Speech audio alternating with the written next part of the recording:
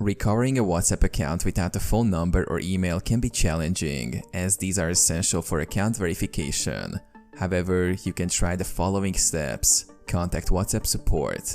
Visit the official WhatsApp support page and look for the contact or help section.